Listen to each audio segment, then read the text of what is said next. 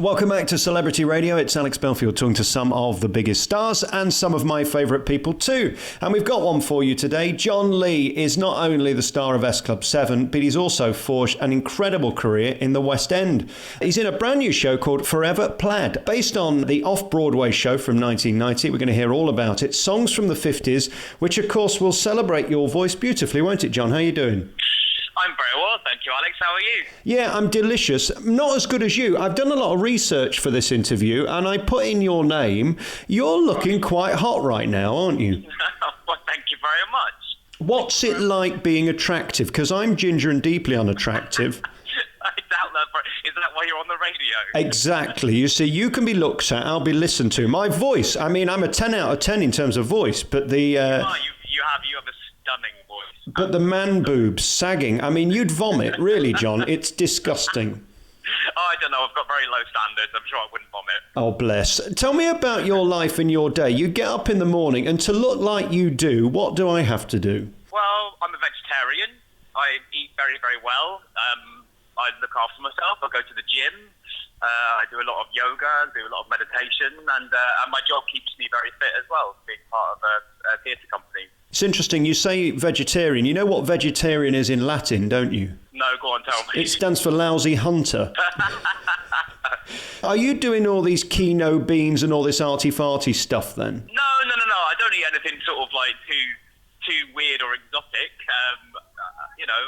I just don't eat meat really. I still eat fish on occasion, but I just don't eat meat. Don't you miss it? Yeah, not really, to be honest. I mean, I think I've just got to a point where I was sort of watching all these. Well, that's the trouble. I was watching all these videos on YouTube and all these, eco-friendly videos that they have up on Netflix and stuff, and I just couldn't do it anymore. Like just the treatment of animals and what they actually put in our food is quite disturbing. And then we wonder why we're ill all the time. Yeah, exactly. And then we look at you physically and the six-pack and all that stuff. Does that happen by accident, or are you in the gym 20 hours a day? It was a complete accident, yeah. I do look after myself. I have to be fit for my job. Doing 8 shows a week of any show is demanding. I don't want to take time off when I do a show. I last saw you in Jersey Boys, and it's amazing when we hear your voice. I mean, when you hear somebody's come from a pop group, you're always cynical and you always worry. And then, of course, you get a gig like the lead in Jersey Boys, and you realise there's no faking it. That's got to be one of the hardest things in the West End, isn't it? It absolutely is. I mean, that's what they do, actually split the role. It was split between myself and Ryan Malloy. And because I think it's physically impossible to sustain that for doing that 8 times a week. I think you'd actually do yourself an injury. Also, I think another one is Jean Valjean, obviously. That's a huge thing. But, if you're trained correctly and you look after yourself, then it shouldn't be an issue. When you get a gig like that, is that the affirmation that you've actually made it? Because you can't fake it. I know Frankie personally comes to see you and endorses everybody, and if he doesn't like you, got rid of quickly. There's no fake in that role, is there? There isn't, and there's lots of shows that have kind of come and gone where they get a celebrity. I hate that word, but they get a celebrity to come in to get bums on seats. But this really isn't one of those shows because. People are going to come and watch it regardless of who's playing Frankie, because Frankie is a bigger star than anyone they could probably get in anyway. Do you know what I mean? So, yeah. And the songs speak for themselves, and the show speaks for itself as well. Being cast in something like that was purely on my own merit. You know what I mean? And what I love about it too, it's not that nice, Jersey Boys. People think it's some jukebox musical, but there's a real hard meaning to it. And there's 2 things I love. One, the fact that everything's done on a handshake, which is impossible in 2016 because you can't trust anybody. And 2, it's a real story of, seriously dodgy characters getting involved in the good, the bad and the ugly and surviving in show business. It's amazing. It really is. It's a fantastic. I mean, I knew all the songs obviously growing up, but I didn't know anything about their story and their rise to fame, and it was so interesting getting to hear about it firsthand. And they flew us over my cast that was in. They flew us to New York, and we met some of the original creative people. And actually went to some of the places where Frankie and the boys used to hang out when they first started. So wow. We got a real sort of in-depth look of what their life was really like. I got lucky in Las Vegas. I got to interview Frankie and Bob, and Frankie came about as big as my left leg. He is really small, isn't he? He is a diddy chap. I mean, I'm quite small, and I'm 5'8". But he's 5'5", I think. So even I was towering over him, which was quite nice for a change. Well, congratulations on that role. I thought you were truly superb, and your voice is just beautiful. And that, of course, leads us on to what you're doing now, which is this new show, Forever Plaid, which is on at the St. James Theatre Studio. And I was there just the other week. It's an amazing venue, this. It's a little off the beaten path of the West End, but my God, what a facility that is.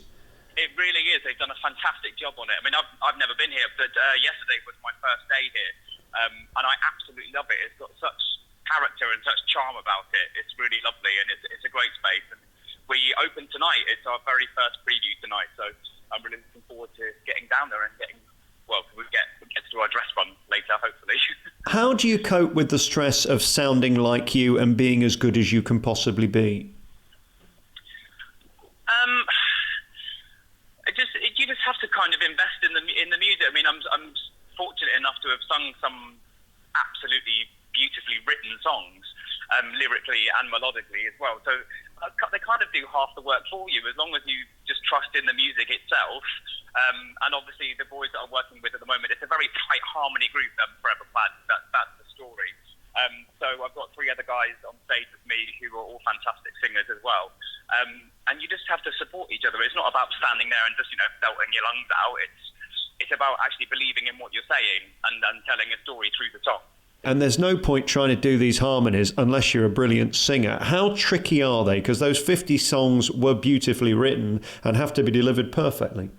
They do, and it's actually been a real big learning curve for all of us. So no doubt saying, because they don't write melodies and harmonies like they used to, and these harmonies are so close that they are borderline clashing. Do you know what I mean? But so if you are even marginally out, it's absolutely horrific. Yeah, you didn't hear the Olivier Awards, did you, on Sunday night? There was a car crash right at the end. I don't know what happened to the sound, but my God, there were some of the most talented people in the West End, all sounding dreadful. I know. Do you know what? Sometimes when you have sort of live music being broadcast on TV, it probably sounded great in the room, I'm sure, great in the venue, wherever they were, and as soon as it gets broadcast over TV live, the sound just changes really dramatically.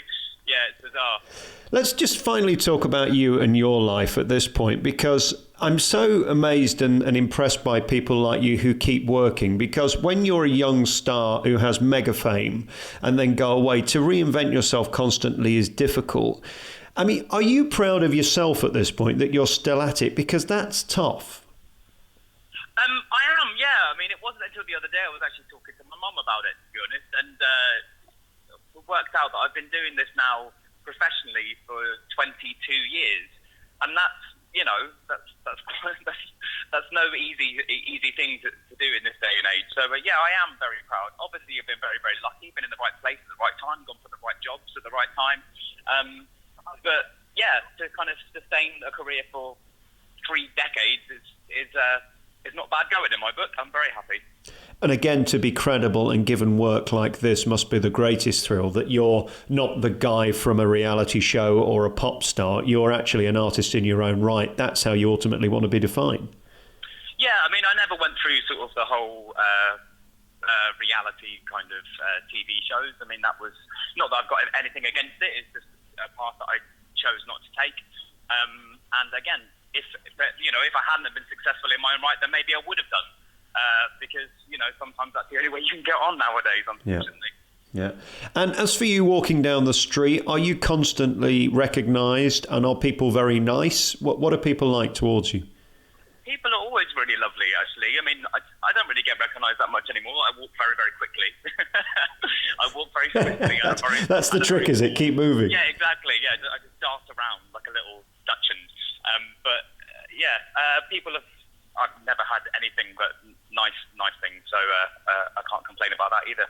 And finally, going back to the six-pack and the pecs, I'm just looking. I'm actually down to a C cup at the moment, so I'm doing pretty well. What do I have to do to get rid of these, well, let's call them moobs? Well, I would opt for surgery. If they're that bad, I would just go full full body surgery. How Yeah. about just an entire sort of face transplant, something like Or that? just get a body double for life. That's also an option. Just Yeah, end it all. How about that? Just, give up. Slightly harsh. That's slightly Do you harsh. think- But yeah, maybe just grab you by the shoulders, cut off the slack or something like that. I don't know. I am obsessed with people who are attractive being ugly because I'm fascinated to know what your life is like. I mean, is it joyous day in and day out looking like you, being totally delicious and having people come on to you 24/7? That doesn't happen to me, does it? I'm just normal. I'm just a normal person. I don't have people coming up to me constantly throwing themselves at me or laying down their jackets over puddles for me. Again, we don't live in that era anymore. But yeah, I mean, I just normal. It's my life, so it's normal to me. Is there a pressure now? I was reading an article the other day about lads today and how they're sort of spending longer in the gym, longer in the changing rooms, longer doing their hair and longer working on their arms. Do you think there is a pressure to look fit now, more so than there was probably 20 years ago? Yeah, I think we just probably talk about it more than because of things like social media, Instagram, and people posting selfies constantly. Yeah, I guess we just notice it more. Maybe that's what it is. I noticed you taking a couple of bed pics as I put your name into Google. I've never thought of doing that. Strangely, as I lay there looking like I'm modelling for scatter cushions, taking a picture of myself and putting it on the internet has never been a consideration. Did I take a picture of me in bed? Yes, I think you were sort of gurning. Well, not gurning. That's terrible. Yes, you were. Yeah, you were sort of looking and pouting, and then you got your sort of pecs sticking out and the old tattoo, I think. Yeah, very interesting. If it's a picture of me with my top off or anything like that, I was probably completely off my face drunk. It's always the best way to be. Listen, great talking to you. I'm such a big fan. You're a true talent who deserves huge success and a very long career, and I'm sure you're going to have one. Let's talk about this show then. It's called Forever Plaid. It's on at the St. James Theatre, and it's basically a celebration of these wonderful songs of harmony from the 50s, Love Is a Many Splendid Thing and Catch a Falling Star, all these beautiful songs. And you can hear them from the 5th to the 24th of April. Just go to the website of the St. James Theatre. John, great to talk to you. That's amazing. Thank you so much, Alex. Thank you.